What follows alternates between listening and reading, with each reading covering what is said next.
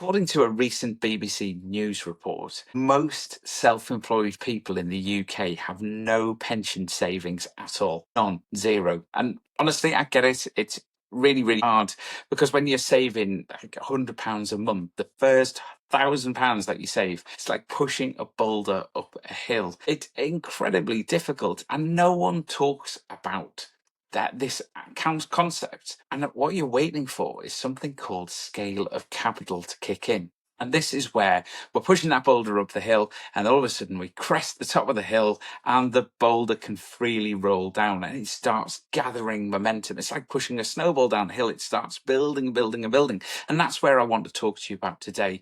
Is I want to break down about actually why saving should feel hopeful, when the magic is going to start, and when you're going to see real momentum in your pension and ISA.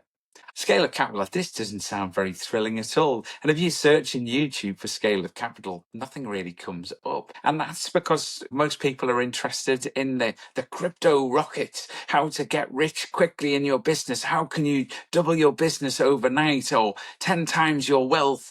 This isn't actually how we build real lower risk wealth.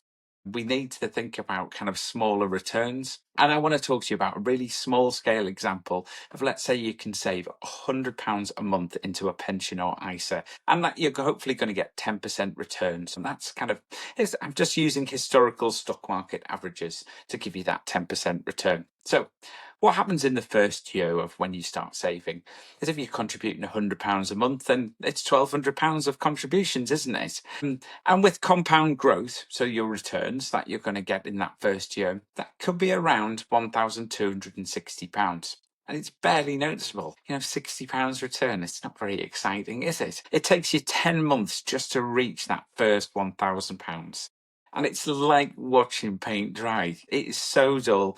It's so boring. But this is where things start to get a bit more interesting. If we introduce you to something called the rule of 72. Now, if you take 72 and divide it by the interest rate, so in this case 10%, it will give you a rough kind of judge of how long it takes you to double your money. So at 10%, you will double your money every 7.2 years. So by the time you actually eventually save £10,000, and if you've left it untouched, it quickly starts to snowball and become £20,000, then £40,000, and then £80,000, and so on, without actually any new contributions. And that's because the scale of what we've got is bigger. And we know, because of the rule of 72, that at 10%, we're going to double our money every 7 years. And there's a clue. So why don't we have a look at this step by step so you can really, really understand it? So £100 a month, 10% returns. We know by year 7 that you've got £10,000 saved. What happens? How long does it take you to get to the next £10,000? Actually, you get there by year 10.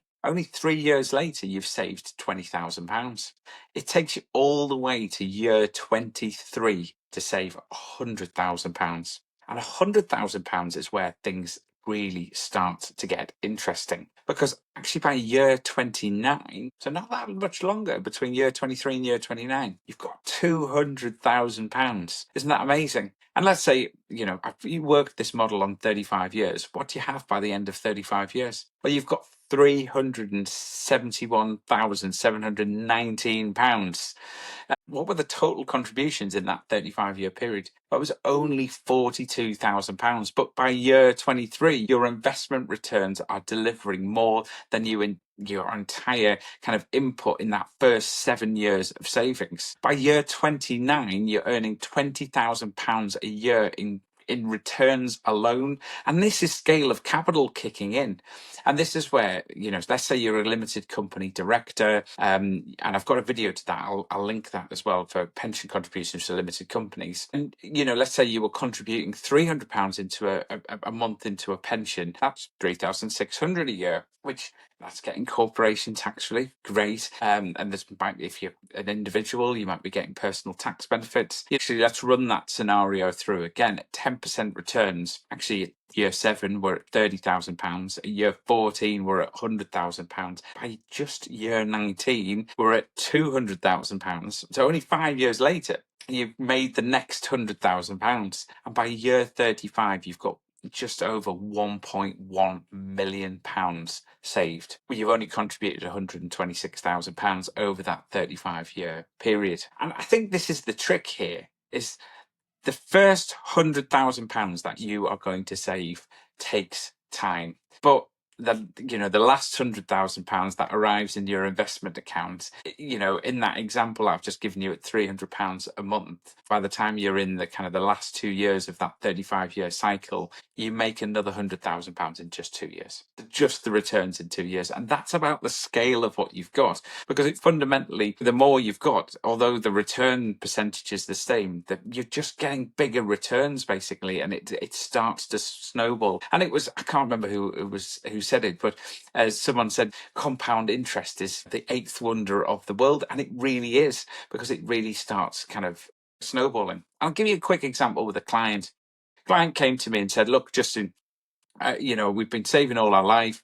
We're in retirement now. I've got £1 million in my ISAs between me and my wife, and I've been giving £1,000 to my 2 daughters every single month, but the ISAs are still increasing, and it's because of scale of capital. Isn't that interesting? The problem is most people don't ever save enough consistently to really see it, and that's why I don't think it's talked about. People get to year 5 and then they're like, oh, I might buy a bigger house, and they take the money out the ISAs, and this isn't where true wealth is built. You need to have this absolute discipline to save regularly. If you're self-employed or a company director, why am I talking to company directors and self-employed people? It's because you're not going to be handed a pension pot at the end of the day. Most people who are employed have auto-enrollment pensions, and their employer are contributing something into it. So you've got to take your own steps to contribute to your own retirement, and whether that's ISAs or pensions or whatever you want to do, you need to be doing something. I'm really keen on pensions because of tax relief, and it's a great structure for a retirement. It's locking it away as well, so you can't get your hands onto it, which there's no way you can just dip into it because you fancy a newer house or anything like that. But I need you to be acting smart, and I need you to be saving straight away. And I think that's the important thing, is think about kind of how you are going to fund your retirement. And, the numbers you might be listening to me today, just in the kind of £100,000, that's a huge amount of money. It's really not. If you're thinking about retirement, you're going to need much more than that. And the sooner you start, the better. Because ultimately, if you're thinking about kind of retiring in 10 years down the line, you're probably thinking, actually, I need to contribute more per month. If you're young and you've got a whole 35 years to retire, then you probably can go a bit slower. The important thing is it's consistency. Whether it's £100 or £300, then just start it today and start saving and start building for your future. It is really, really important. I hope you've enjoyed today's video, and I hope it's given you some ideas about kind of scale of capital. Please consider subscribing. It makes a massive, massive difference. So please do that. And I'll see you in the next video. Bye.